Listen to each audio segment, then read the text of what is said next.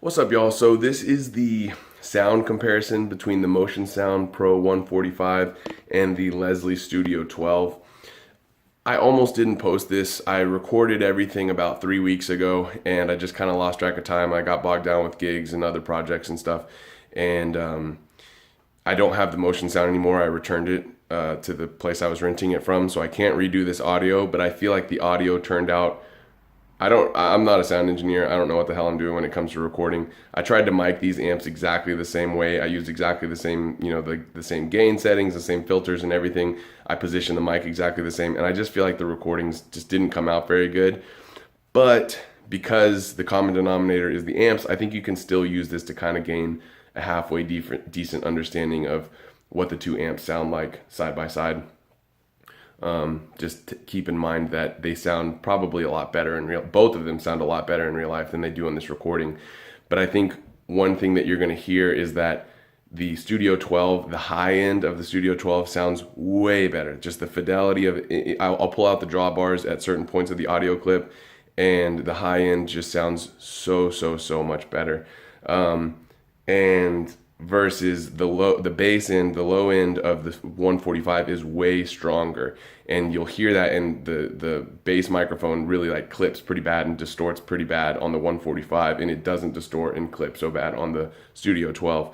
So I think that's a pretty accurate representation. The Studio 12 has less bass, but just in general sound quality is much better.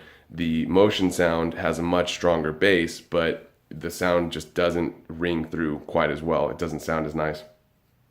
So yeah, so this is the same exact audio clip. I recorded the audio clip first, and I'm playing the same exact audio clip out of these two different amps. There's 3 audio clips. The first one is the Studio 12 mic'd externally. The second one is the 145 mic'd externally. And the last one is the Motion Sound 145 mic'd using the internal microphones that it has inside of it. So if you watched my other video, I explained how the 145 has those internal microphones. So I figured I'd give them a try. So yeah, check these out. Let me know in the comments what you think. I think it's, again, I almost thought about not posting it, but most of the comments I get on any of my videos are related to the Studio 12 and wanting to hear what it sounds like. So I figured I would post this. I think the Studio 12 sounds the best of the 3 recordings, so you can also decide that.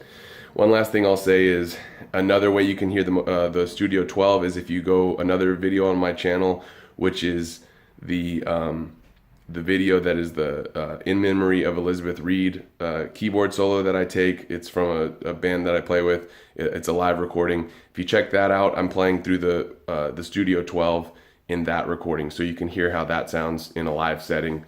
It's probably also not the best mic situation, but I think it sounds pretty good in that recording too. So I'm done talking. Here are the 3 audio clips.